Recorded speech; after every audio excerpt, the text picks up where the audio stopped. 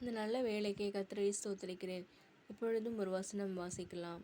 சங்கீதம் 103 அதிகாரம் 1வது வசனம். சங்கீதம் 103 1வது வசனம்.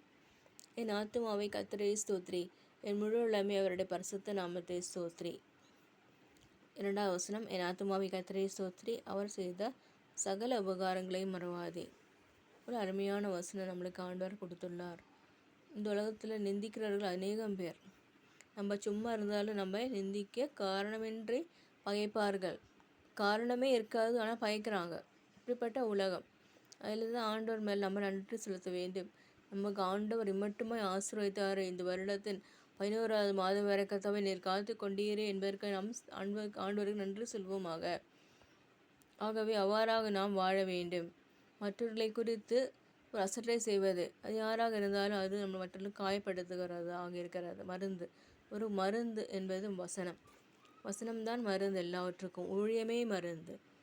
ஆகவே என் ஆத்துமாவை கர்த்தரை ஸ்தோத்திரி, என் முழு உள்ளமே அவருடைய பரிசுத்த நாமத்தை ஸ்தோத்திரி. என் ஆத்துமாவை கர்த்தரை ஸ்தோத்திரி, அவர் செய்த சகல உபகாரங்களை மறவாதே.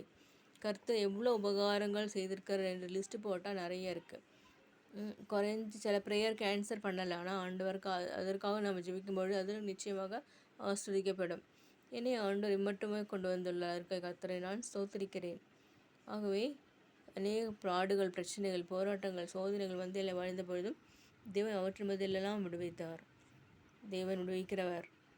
எனக்கு ஜார்ஜ் முல்லரை கர்த்தர் எப்படி போஷித்தார், அவ்வாறாக தான் நானும் ஆண்டோடு கெஞ்சுகிறேன், மன்றாடுகிறேன். ஆகவே அவ்வாறாக கர்த்தர் காரியங்களை நடப்பிக்கிறார். கர்த்தர் ஆசீர்வாதமாக வைத்துள்ளார். கர்த்தர் சியோனிலிருந்து உன்னை ஆசீர்வதிப்பார்.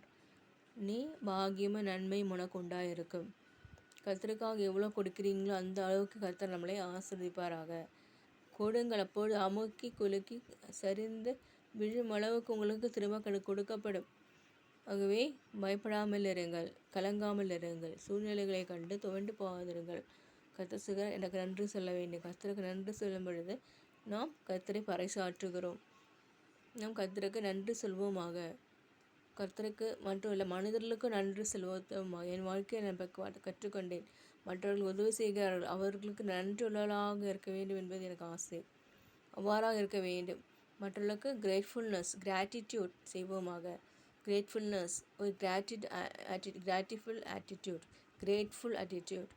We should be having a sense of appreciating others, to think that others are better than us, not that we know everything.